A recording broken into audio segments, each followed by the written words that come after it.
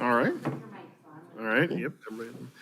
All right, good morning. I'll call the August 17, 2021 Urbandale City Council Lunch and Learn meeting to order and ask Nicole to take roll call, please. Carberry Montgomery. Here. Caduce. Here. Obrecht. Here. Hoagie. Here. And Russell. Here. Thank you. Great. Okay, item 2 is approve the agenda. Ask for a motion in a second. Motion.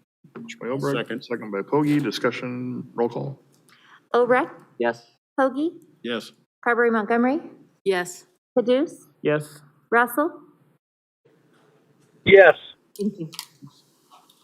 All right, move on to item 3, the regular agenda. We have 4 items to discuss today. And first is the 100th Street traffic study recommendations. And start us off is our Director of Engineering Works, John Larson. John?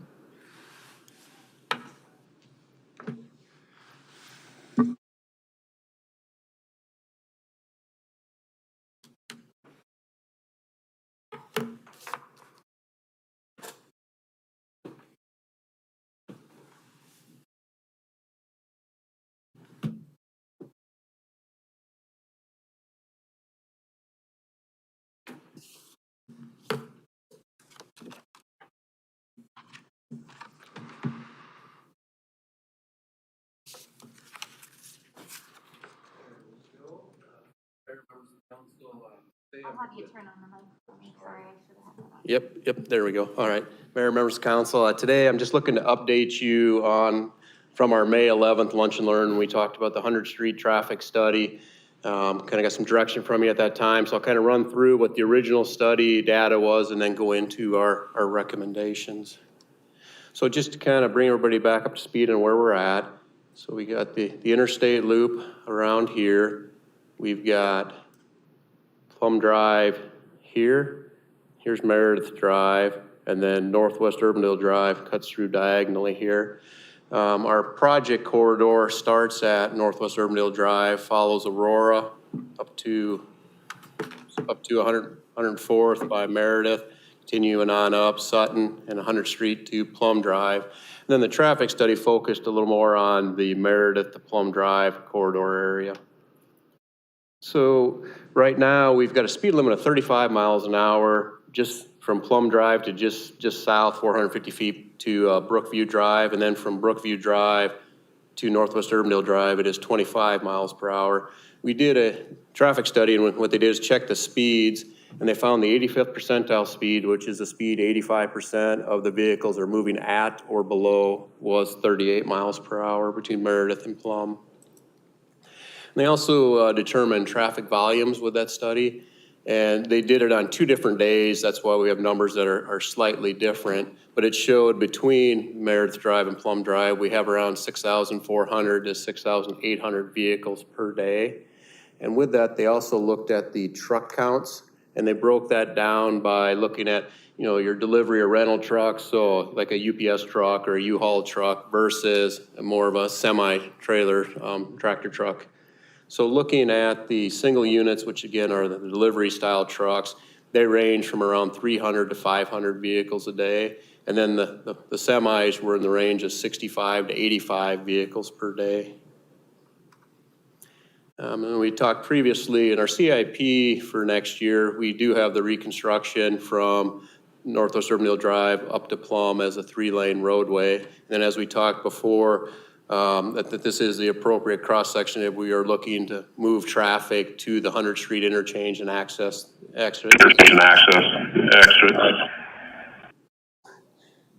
the interstate. And then we also talked about how there are some residents that were concerned about the speed and then not wanting trucks to use this corridor. And part of the report was that they looked at ways to, you know, kind of mitigate the trucks from using the route, whether that was with median islands that they'd have to move around, or chicanes where you kind of swing back and forth through the corridor, roundabouts, or looking at prohibiting trucks from using the route. So going to our recommendations, staff met and thought probably the easiest way to try to control the trucks is, and this was also the recommendation from our consultant, is with a weight restriction. So basically we would limit vehicles to being under 26,000 pounds. Nicole, we lost the audio.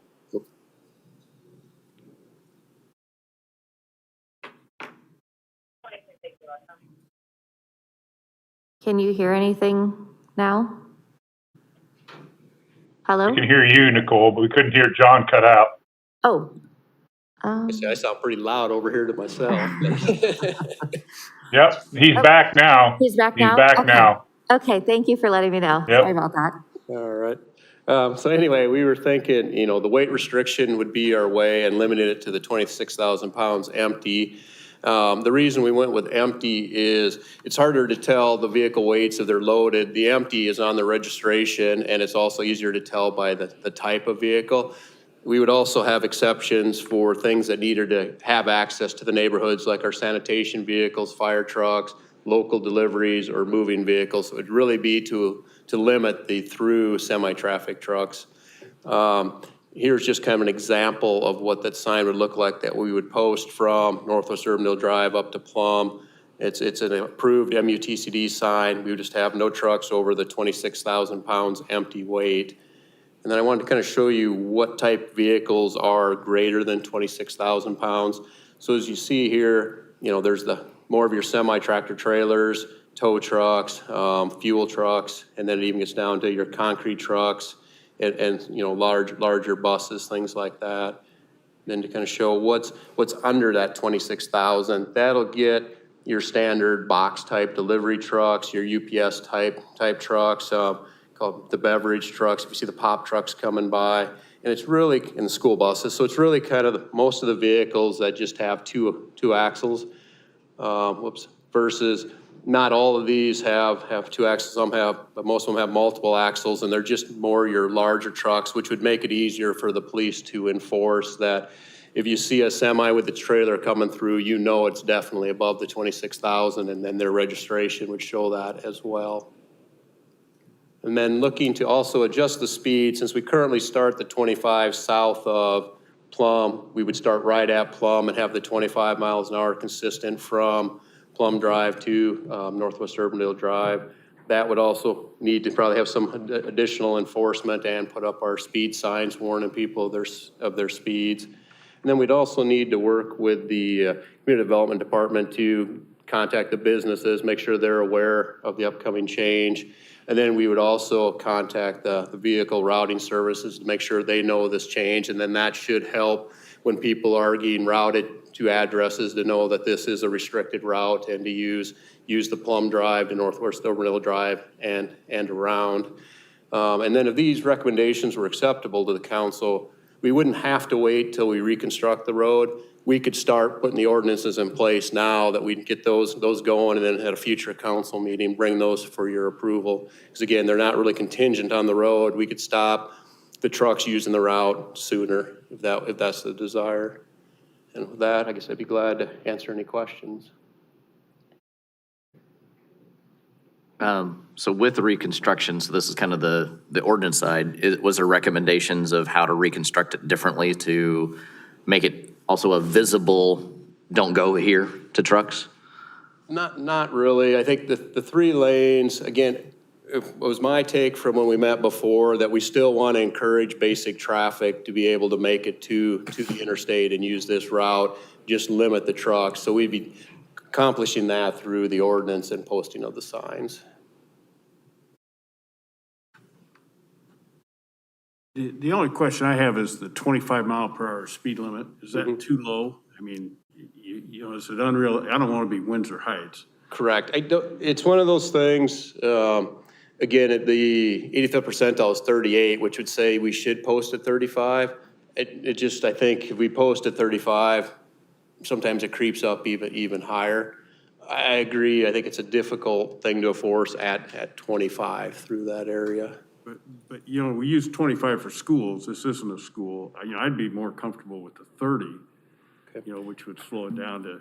And the 25, going back through the ordinances from what I can find, is this was classified as a residential area, and that by default would be the 25 is how it originally was established at 25. But I am open on suggestions because again, as we can see, currently, the vehicles are not traveling close to the speed limit. They are quite a bit over it. Well, Oh. yeah, I'd think it'd be important, let's go with the 30 and enforce that rather than 25 and say, oh, kind of. Okay. But, I'm sorry, Bridget, go ahead. Oh, the primary concern of the residents in that area, though, is the truck traffic, correct? It was, yeah, most of the things I've heard related to truck traffic, and a lot of that was actually stuff that came through later at night when they could definitely hear it. So we did talk with police, and they thought it'd be easier to enforce it if it was 24 hours a day instead of trying to do just certain hours. But yeah, it really was nighttime trucks coming through, and there were some that didn't like the trucks during the day, but it was mostly at night.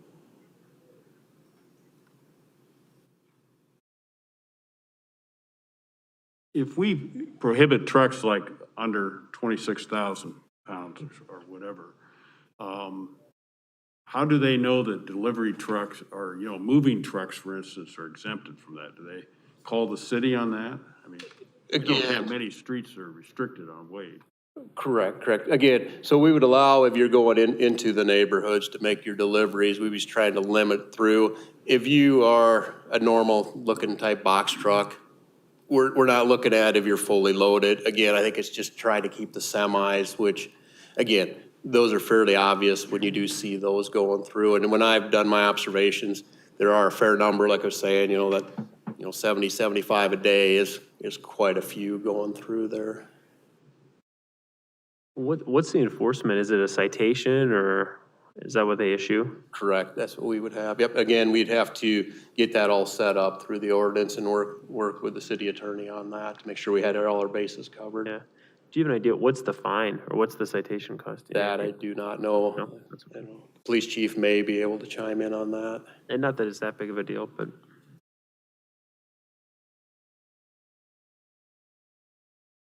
I don't know what the fine would be. This is Chief Johansson, but I'm assuming if we set the ordinance, we could set the fine as well. But I think if it's standard, I can't remember what that is, to be honest with you. I can look that up and get back to you.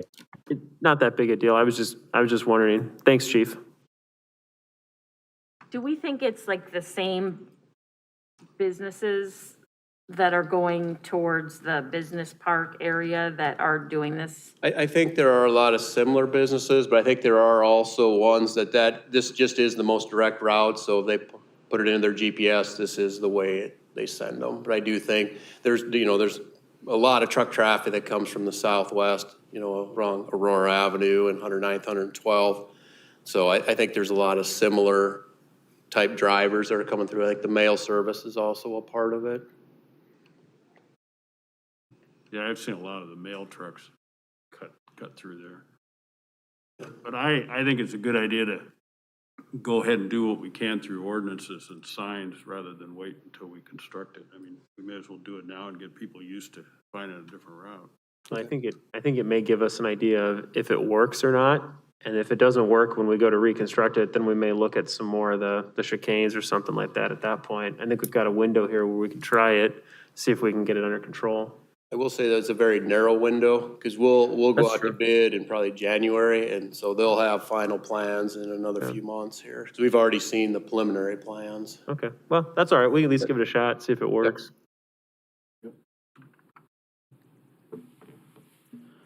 All right, any further discussion on that, thoughts?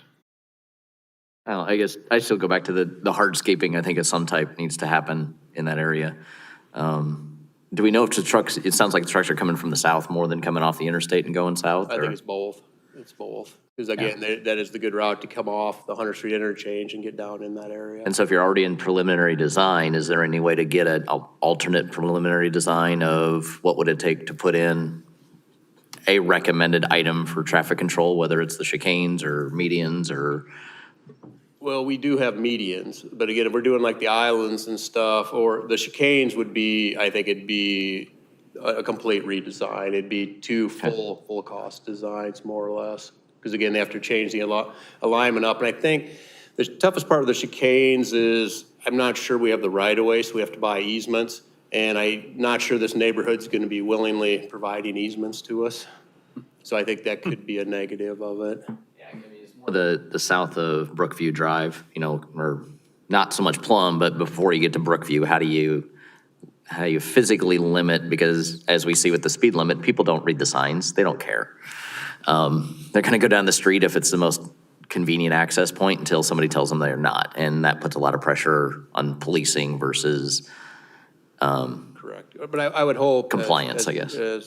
As was said earlier, I think it's a lot of the same companies, so I think once the word is out, it will make a difference. Again, there'll be times, I know there'll be trucks come through, police will get a call and they won't be able to be there in time. I don't think we'll ever get to zero, but I think we can greatly reduce it just with the ordinance. And that's where I didn't know if hardscaping would give us more compliance options of people The tough part themselves is, choosing it. sure, the tough part is still accommodating the vehicles we want to be able to get in there with just the normal delivery trucks that are going through, that are going to the interstate versus the semis. Okay. Once we try to really narrow that down and restrict things. I'm also hopeful, again, between the Meredith and Plum Drive, we're looking at adding, instead of just 3 lanes of pavement like we have on 104th Street, we're looking at grass median, so there'll just be 2 lanes that comes to a left turn lane, which will be the 3 lanes wide with a painted left turn lane. So it'll give it a little bit of a different feel, I think, than what a current, you know, like 104th Street feels like as well. The only, and I understand your point, Adam, the only thing I'm thinking about is on hardscaping is at the times you really do need to have large vehicles in there, like fire vehicles. I mean, that's a tough area of town anyway for response times anyway, and to make it even harder on our fire vehicles those times, that would be the only pause I would have to putting an additional hardscaping in. That, you know, there are gonna be times you do need to have large vehicles in there, so. Correct, yep. But. Okay. All right, thank you, John, appreciate it. Moving on then to item 3.2 is the capital improvements program introduction. And Nikki, I'll turn it over to you, our finance director, Nikki Lamb. All right. Attached to your agenda, just a couple of things we wanted to touch on today to get you in the CIP mood. The meeting schedule did come out. I see that it still says Thursday, the 22nd, though. Addison, was that our backup date? That's actually Monday. It's a Monday, right? Yeah. Okay, the 22nd is correct. So the intent this year is to do a one and done. We almost got all the way through it last year to do a single committee meeting and just cover all of the projects at that time and then keep the second one. The issue is we had the conflict with our second date is the Sample Urbandale event that the chamber does that Thursday night. And then the following Tuesday, we can absolutely use it as just the week of Thanksgiving. So that's the same date that we had as always as our third backup, and we haven't used a third meeting in like 8 years. So we didn't bother to schedule the third one, but we do have that second one as a backup date. It's just the week of Thanksgiving. So there's not a ton of excitement this year in the CIP, so we're hoping we can attempt to get through that in one meeting on November 15th. That meeting, assuming all is still going well, will be here in City Council Chambers at 5:45. And then the final dates you can see on the agenda based on what public hearing dates and such will be. And the committee, you're working on the assigning the committee members to that. The other pieces, sorry, that doesn't pick up if I turn sideways.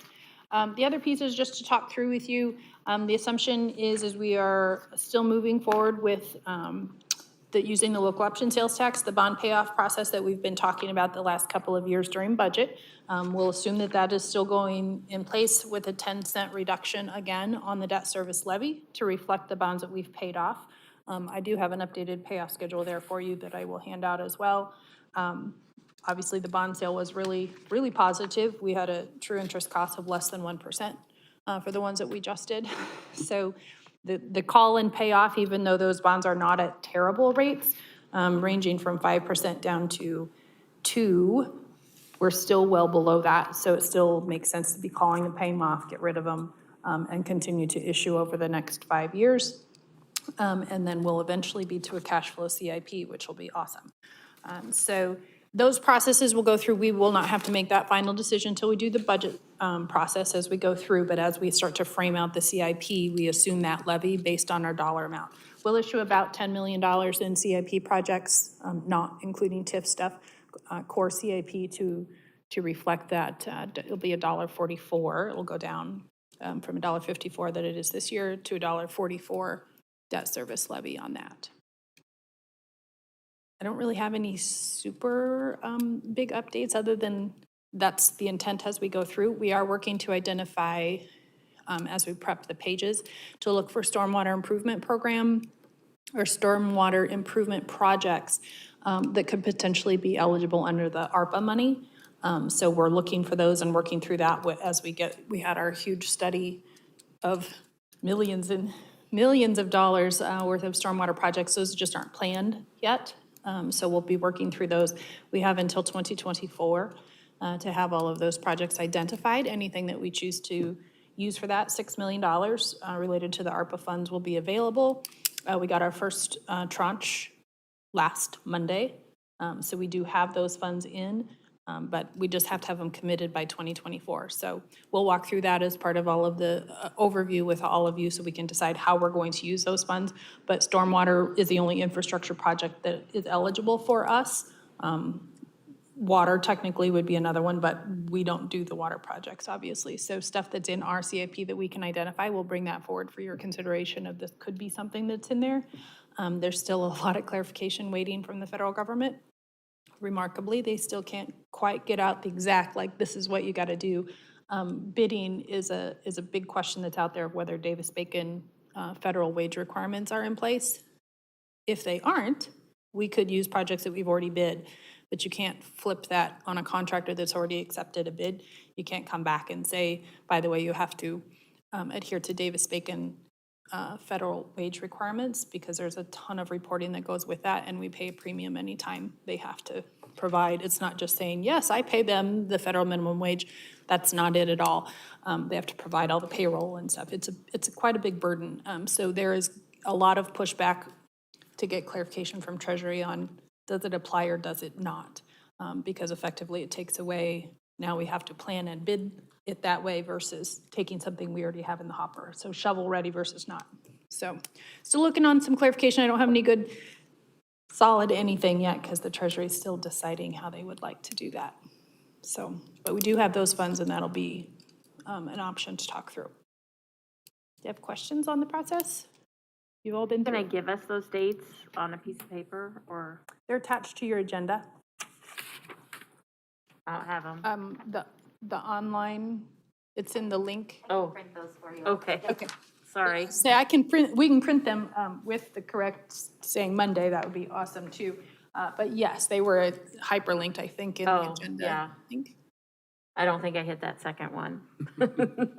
Well, this is Thursday anyway, but hopefully we're only gonna need to look at that first date. So November 15th, that's the magic date. And staff will start working on that. The final week of audit, we start doing our internal meetings, so last week of October. So we'll start pulling the document together. All the departments pull their stuff together. They're doing that now. We pull it all together to get it balanced and stuff. So it's quite a busy couple months for us to pull all of those pieces together, so. And we'll get it to you as soon as you can. Whoever's on the committee, you'll get the draft as well at the same time.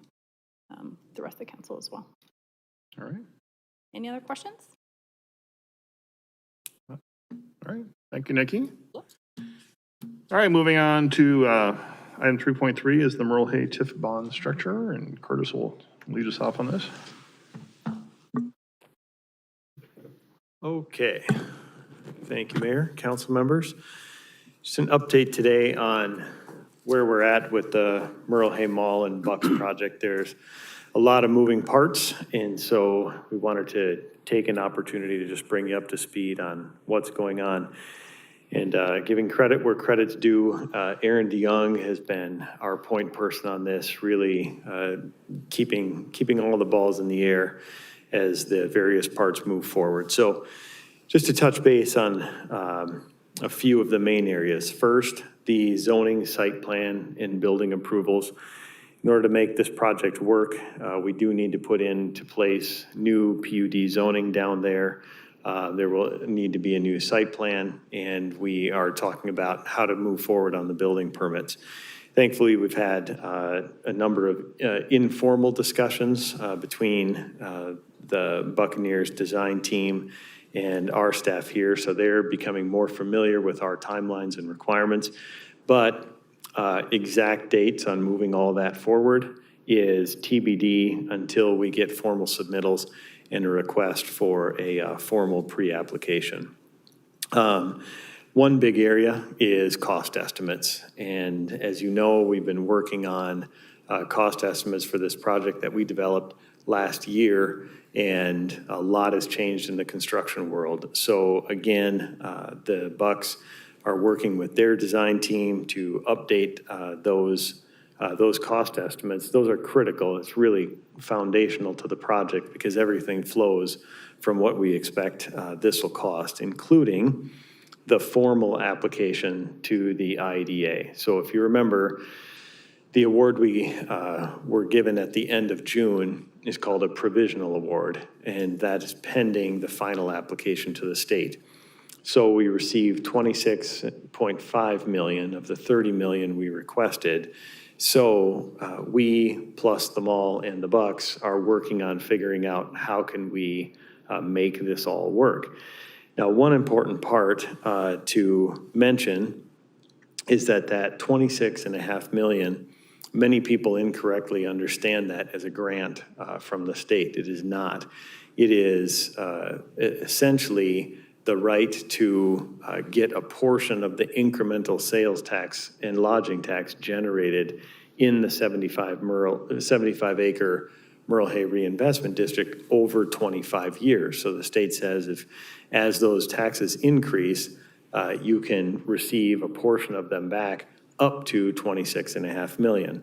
So the challenge for us is that we need to turn that future 20 years of up to $26.5 million into money now.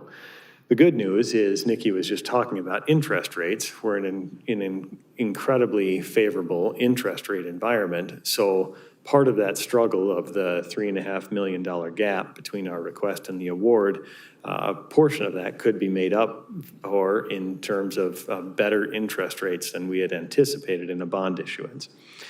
So the thought is that the city would issue a bond backed by general obligation, but is dependent on the future revenue stream from the campus. Our estimates have been very conservative, but we're also working with Travis Squires, our financial advisor, to really take a sharp pencil to all of those estimates and to really pressure test the model. So we're even looking for expertise that they have within their firm that is very familiar with these sales and retail projects to ensure that even though they're backed by GO, obviously our desire and expectation is that the incremental sales tax and lodging revenue from the Merle Hay campus will be more than sufficient in far less than 20 years to cover the debt issuance. So that is the model that we're working on. The last piece that we want to discuss, and Nicole, if you could please hand out this map. As this comes around, to make all of this work, and we're currently negotiating terms of a development agreement with the Bucks, is that we need to create a new tax increment finance district. And what you see on the map here, the blue represents the current Downtown Urbandale Neighborhood Association, or for short, DUNA TIF district. And this TIF district, it doesn't show it, but goes west on Douglas to 86 and then south to Hickman, and then would continue north off this map up Merle Hay to the freeway. The area that we're intending to carve out so that we can reset the base and really focus on the projects that are associated with the Mall and Bucks project is in the dark green there. That dark green area, two things. One, we would reset the base, and so any incremental value over that, we'd be able to capture and use to help finance this project. But then second, we're looking at how we can create what's would be a perpetual TIF district based on the blighted conditions. So given the massive amount of vacant space in that dark green area, we do believe that blight conditions exist. What that would allow us to do is to continue that TIF district into the future, not be limited to the 20-year life of a TIF district for economic development. The gold line that you see on there, consider that a conceptual illustration of what we want and need to do. So TIF districts have to be contiguous. And if we carved out that dark green area, you can see it would disconnect the existing blue TIF district. So the existing Duna district needs to be connected. What we're looking at is what is a logical right-of-way connection to connect those areas that also are associated with future public improvements that we plan to make. So right now, we've illustrated going up 70th and east on Aurora to connect those two areas, but we'll be working with engineering and finance to determine the best final route for those projects. So all of this will be coming to you in the coming months. We know it's been quiet since June as we got to work and really started to scramble on putting all the pieces together. The Bucks are still working on a timeline of playing in there in the 22-23 season. In order to make that happen, a lot has to happen and very quickly. But we are in touch every week, at least once a week, with Michael Devlin, the Bucks owner, often Liz Holland, the mall owner as well. That's a weekly basis. And then on a bi-weekly basis, we bring Liz and Michael together with us and the city of Des Moines, everybody together on one call to stay coordinated and to keep moving this, keep moving the ball down the field, wrong sports analogy, but you get the idea, making progress on this so the project doesn't falter.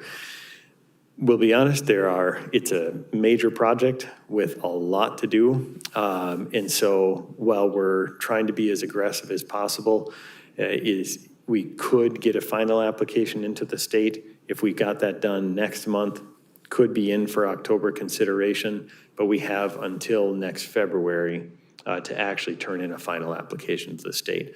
Our hope and plan is that it's well ahead of that. So, covered a lot of ground there. I'm sure there might be questions. What can we answer now? All right, questions? Go ahead. Okay, I'm having a little bit of struggle hearing with some personal issues and then these things. So Okay. you said this and I just want to clarify. So you want to carve out the green area and create a new TIF district? Correct. Okay. Yep, so it would be a new standalone blighted TIF district, which allows that district to continue well into the future. Okay. So as projects would happen in the area, we'd have the ability to go longer than 20 years, So which is the default. does this just include the Urbandale portion of the Merle Hay Mall? Definitely. Yep. What you're looking at there in the green, the white space to the east or right of that line would be the city to Des Moines city limits. So this, The western boundary, like, it would be the mall property. So where that retaining wall is or that so privacy the wall. apartment building would be within that? Yes, the Lillis Lofts is inside there. Okay. So Papa John's would be out, or Papa John's, Papa John's, I believe, would be out. okay. Okay, thank you. I'm sorry, my Not at all. hearing is bad and these don't help. That's true. It's tough. Thank you. Concerning the bond, do we envision that being a variable payment based upon collections, or is it going to be a flat obligation of the city? We would, not variable. I mean, it would be a flat obligation of the city.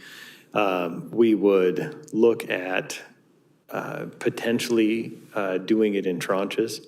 I mean, we budget conservatively and finance things conservatively, and so we want to be as careful as possible so that if there's a logical phase one of the project, then we can meter that out.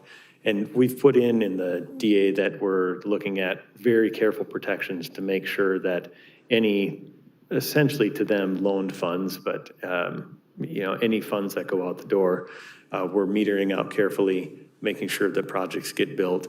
And then the models that we're looking at have that, the revenue coming back far earlier than 20 years, hopefully more in that 10 to 15 range, to be able to get those bonds taken care of. And so that's one model in a feasibility study we had, but that's also why we want to really work with our financial advisor to pressure test those assumptions to make sure that they're conservative and we can get it paid off with the incremental revenue. The other question I have is how do we get the funds to Merle Hay? Is it going to be a loan, a forgivable loan, or a grant, or? So the funds would actually go to, I mean, what we're looking at is we want to pay for construction. And so what we'd be looking at is making the payment potentially to the contractor or a third party if there's another private institution, but making sure that any money that we put out there goes toward construction. And it would actually be at that point, the ownership of Merle Hay Mall, they will be peripherally involved. Our main work will be with the owner of the Bucs as the future owner of those properties. Well, this is hopefully just a wild example, but what happens if the arena opens, it goes for a year, and Merle Hay says, oh, we don't like this, and shuts it down? Mm-hmm. Where does that leave us as far as our bond? Yeah.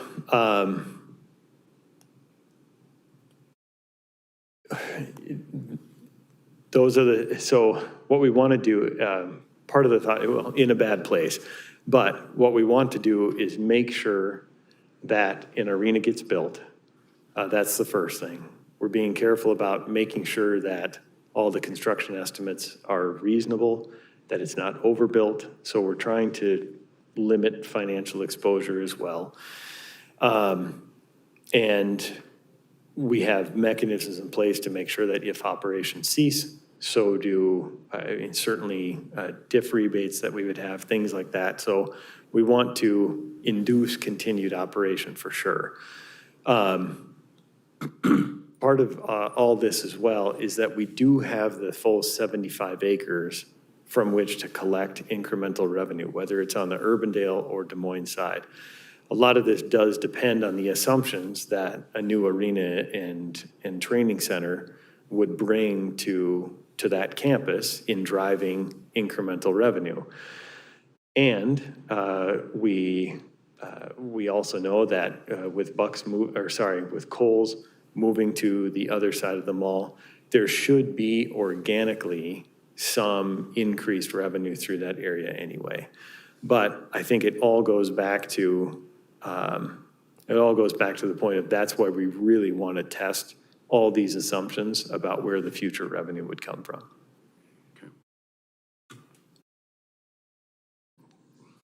Keep beating you up on the financial side. Has they modeled out what the interest penalty might be if it was revenue bonds versus geo bonds? Nikki? You got to know where that line is on your expertise. I just found it. Yeah. Travis is working through that with us to figure, they're gonna have to be sold taxable. So we already know that piece of it. And then determining what that risk factor is because then we know that piece is backed with the state, you can't have double backing in there. So it has to all be on our general obligation piece. So yes, we could sell them as taxable. We would pay a significantly higher tax rate on those, or the interest rate.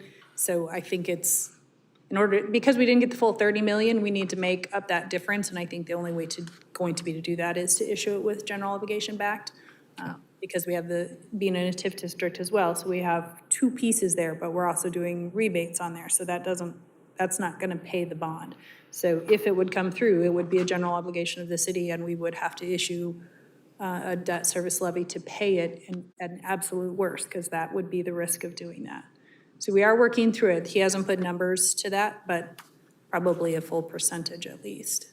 Okay, and then back to kind of Ron's question, and this maybe not sure, are we taking a mortgage on any of the properties then until these bonds are paid off? We haven't talked about. Yeah, I mean, looking at all the security positions we can, likely, if there's private financing, we'd likely be in a second position. Right, I mean, second is still better than no position, so. Definitely. I think without having all of the final numbers and plan for you today, I would say that the easiest way to be able to say is what principles are we operating under?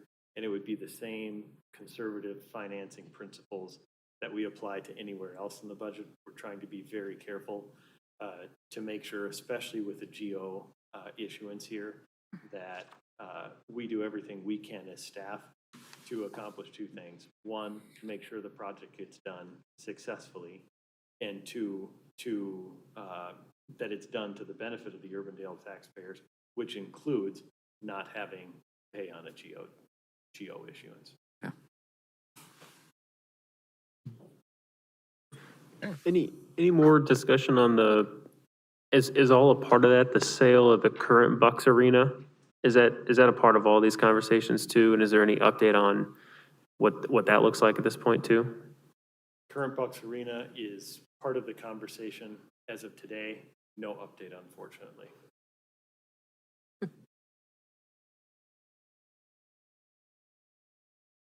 All right. Put a play area at them.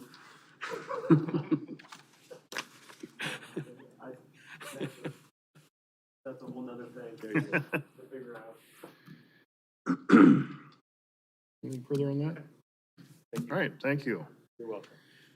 All right, well, we got through those items pretty quickly. It's only 12:28. Anything else for the good of the ordinance? We don't have it on our agenda. Can I just give a shout out? If anybody watched the Field of Dreams, turn this on. If anybody watched the Field of Dreams baseball game the other night, like millions of Americans did, you got to see an Urbandale alum.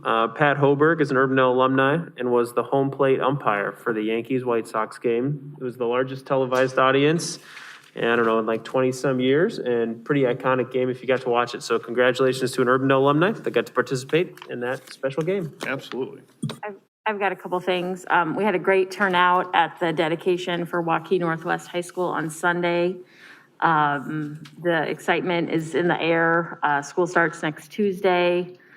Every day that more phones are getting turned on and everything is starting to work.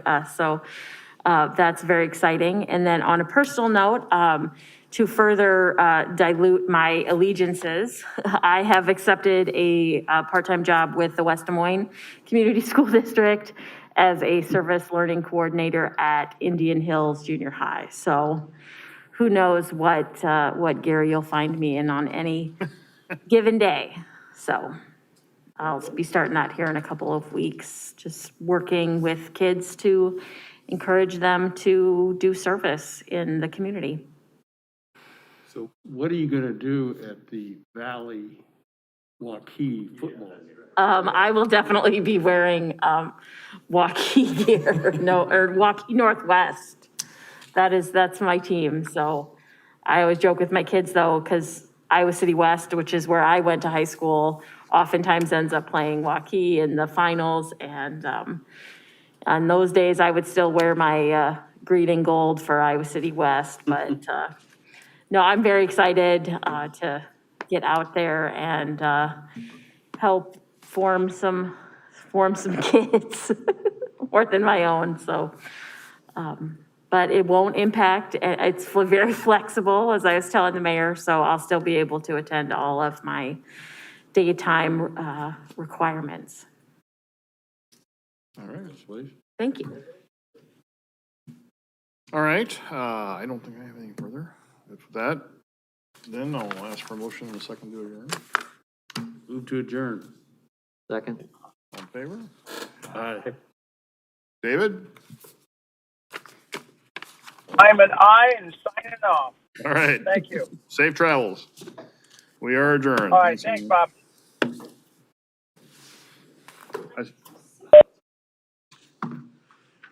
I saw your email too. I haven't had a chance to review it yet. But is that